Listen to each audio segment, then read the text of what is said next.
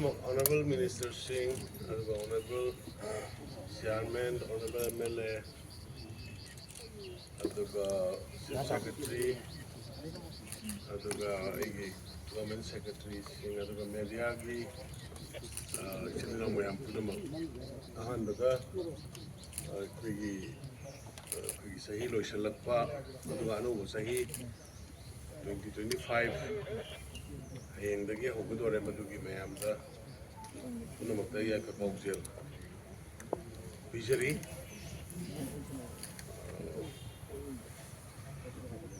wasi lengiraiba paumishing adu tembiru mayam aduga manipurgi mayam punamakta manungda mani mapanda leibiriba sinau mayam punamakta anuba sahi lakpasida yaifaba mayam punamakta nada yektaba wathau lanthok leitaba ingna tapna laiba punsi marel ama pinabiba ishorna oirasanu haidana ai ishorni phamda khoramjarga mayamda haijari maroina aikogi haukiba sahi sidaida aikoina thengnakhriba awabasingi marak mayam ama leikidaba mayam ama mayum makai thadoga relief camp ta leiriba tawriba sigi awabasing dasu ikoi ai maigai dagi aduga manipur sarkar gi maigai dagi akoi gi awaba dasu koi saru yajari aduga lakadaba sahi sidasu makoi gi fibam tana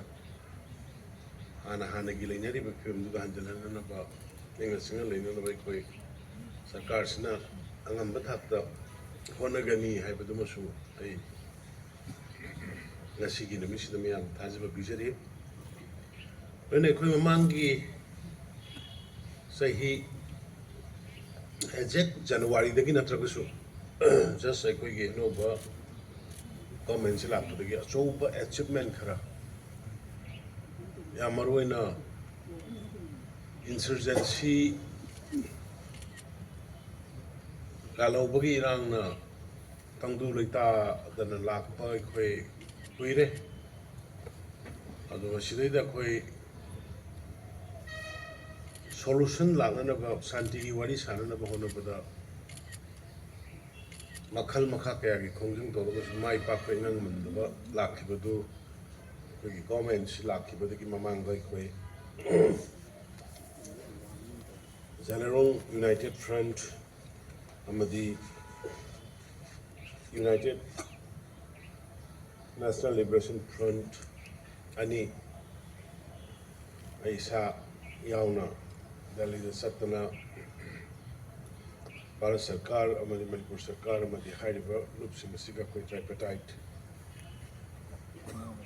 talk hai bata rahe और भारत सरकार amadi lalo lupsing sigi marakta wari sabdu da koina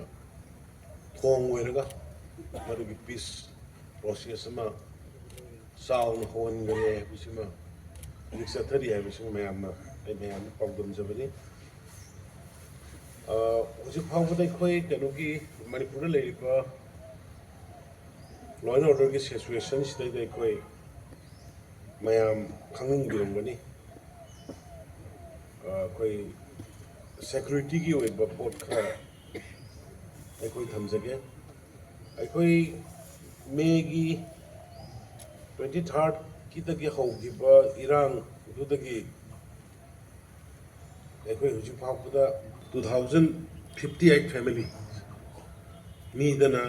lising taret ka 7549 koi mama gi mafumda hanjan hangre Imphal West family Sunny ga sumna mapanni age moi hanagi mafumda hanjan hangri se Imphal is the 293 families 597 person Bishnupura 857 families 3428 person Thobalda 320 families 1,279 person. Jiribam, 77 families, 214 person. None the 75 families, 315 person. Kaksing the 140 families, 600 person. Josanpur 65 families, 270 person. Kangpokpi the 22 families, 110 person. Height was my tokana displaced where the Mayum Tado Lakiva Matamdugi Iran Tarbuto. All total 2,058 families have a resettlement Toukhiba. Aduga displaced families in the support government in support to say 3,000 unit prefabricated houses. Bar Sarkar dagi approved Torpani. Si manung da 2,660 units complete Toukhiba. Aduga masigi 2,660 si manung da 2,520 already occupied. Aduga 340 units amana yumamana in progress. School the college the adagi atai government gi tangai phadabusing the community hall ko madalai busing si kitang wali si sip tok tona bang si another 340 units ama kanna in progress lay na the maitam jage aduga permanent housing the kwese government hana mayam na khangbire la koina lok thuk si ba lakh tara की category हम तो lakh tara की lakh tere makai की तो lakh manga की message is all together 931 houses which are under construction ne yum chamapan ga kunthra ma thochi under construction ne si manung ga yum chahum ga kunthra doi si amuk anu ko sabiro haidana hana yum pham do ni ko jar se anu ko jaga da sabunate 931 houses under construction, 333 under process. 27 crore were released over. Displaced persons the Subum Savum Super Sulay Trabina, Quigomena, more Kogi, Corsa for Sawina by Naquina. Togosi, listening per person the previous year mangar pigre 5 times Meeyam the Nico family among them the mangar pigre machine damka we have already released 30 crores adagi relief camp operation the relief camp the lady was sing mogi chana pa thangna pa amagi toba masjid the already 280 crores we released over aduga Sidaida Kogi low sing hold the Bokolo, the Balo, Koya, security reason the man to talk him from Karadugi. We compensatory package when a said government, Panaraga central government of Panakwesi. We have already released 32 crores compensate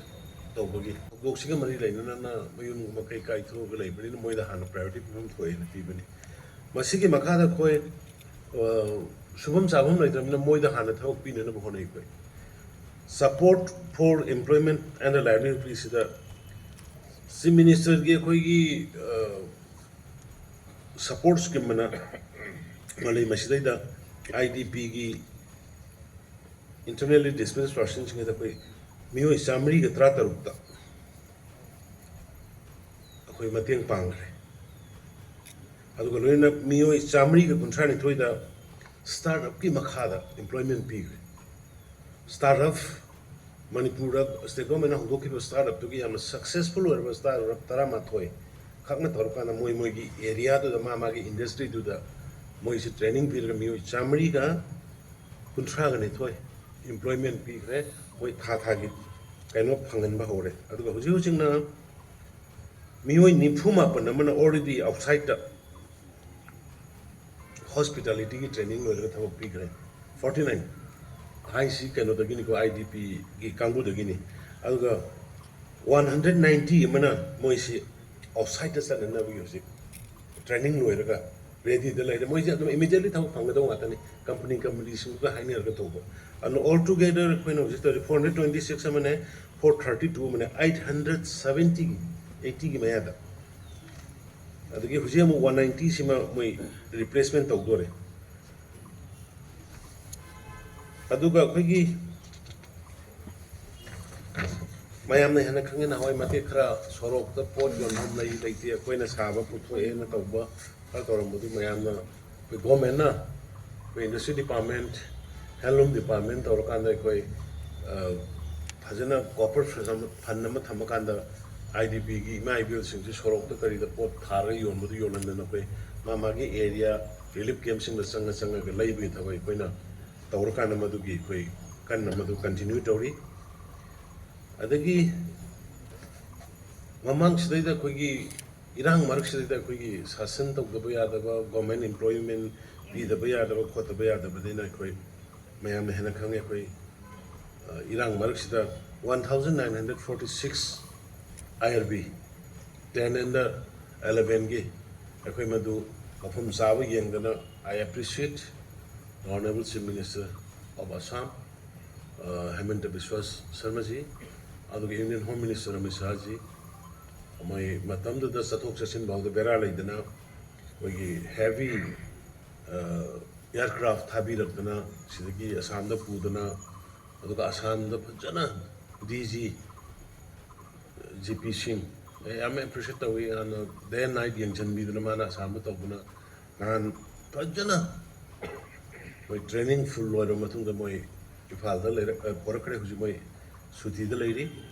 44 weeks ni moi na training down se aduga Manipur da uji leiri ba salience mayam se mit tong na koi difference da akoi army dagi retired over colonel nectar ma koi training gi da मतलब koi hapaga ma gi makhada koi special training police commando sing pihan dana 400 mo amagi koi loi khre hujiga mo moi adagi training loi ga lai ba kang bu sigi another 1000 gumba ma special combat training pin na ba koi madagi preparation tawri ma po na ne koi gi training site ka du yeng da ko na koi to loi re